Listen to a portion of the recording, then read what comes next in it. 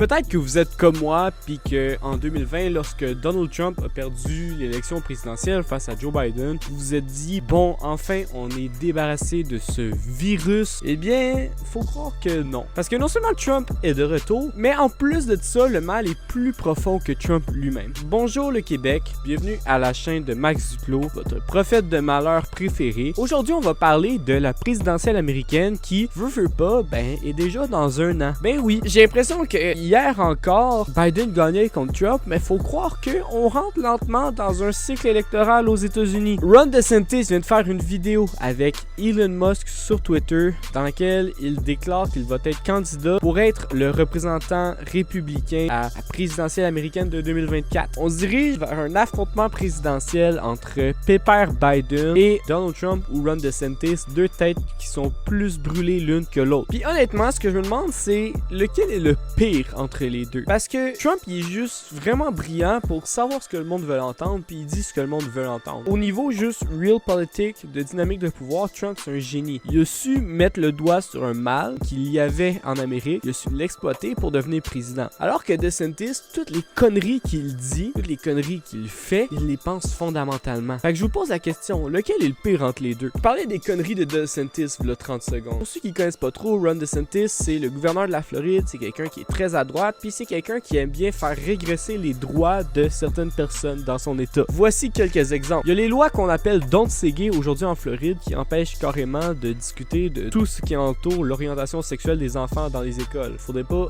endoctriner nos enfants à devenir gays. Un peu dans le même cadre, Ron DeSantis a banni les cours d'éducation sexuelle pour les enfants de moins de 12 ans. C'est également très problématique parce que les enfants doivent recevoir une éducation par rapport à la sexualité. Tout le monde a une vie sexuelle, là. Ce qui est le plus déplorable là-dedans, c'est que c'est particulièrement les jeunes filles qui sont touchées par ça parce que y a plusieurs femmes qui ont leurs règles avant 12 ans. Imagine, toi, t'as 10, 11 ans, il y a du sang qui coule de ton vagin, mais tu sais même pas pourquoi parce qu'ils veulent pas te l'apprendre à l'école, ce serait de l'endoctrinement des woke. Puis croyez-moi que si Ron DeSantis est pour avoir un poste important, toutes les minorités vont goûter à sa sauce. Ça va être les homosexuels, ça va être les femmes, ça va être les noirs. Peut-être que c'est juste moi qui bad trip aussi, mais quand on regarde l'historique de Ron DeSantis, il y a vraiment de quoi s'inquiéter par rapport aux droits individuels de nombreuses communautés aux États-Unis. En gros, cette mouvance populiste qui déferle sur les États-Unis, je crois que c'est un monstre que Trump a créé, mais aujourd'hui, le monstre est indépendant de Trump. Il vit par lui-même, puis si d'un matin, Trump décédait d'une crise cardiaque, ce mouvement-là s'arrêterait pas pour autant. Dans le fond, c'est un peu comme un grand cirque de l'absurde. On peut dire tout et son contraire, ça c'est pas important. Le seul truc qui importe vraiment, c'est de parler. Autant Trump que DeSantis, c'est surtout des leaders qui sont charismatiques. Je le disais un peu plus tôt, Ron DeSantis est vraiment farouchement en faveur de la liberté d'expression, mais il bannit lui-même les livres des bibliothèques. C'est là où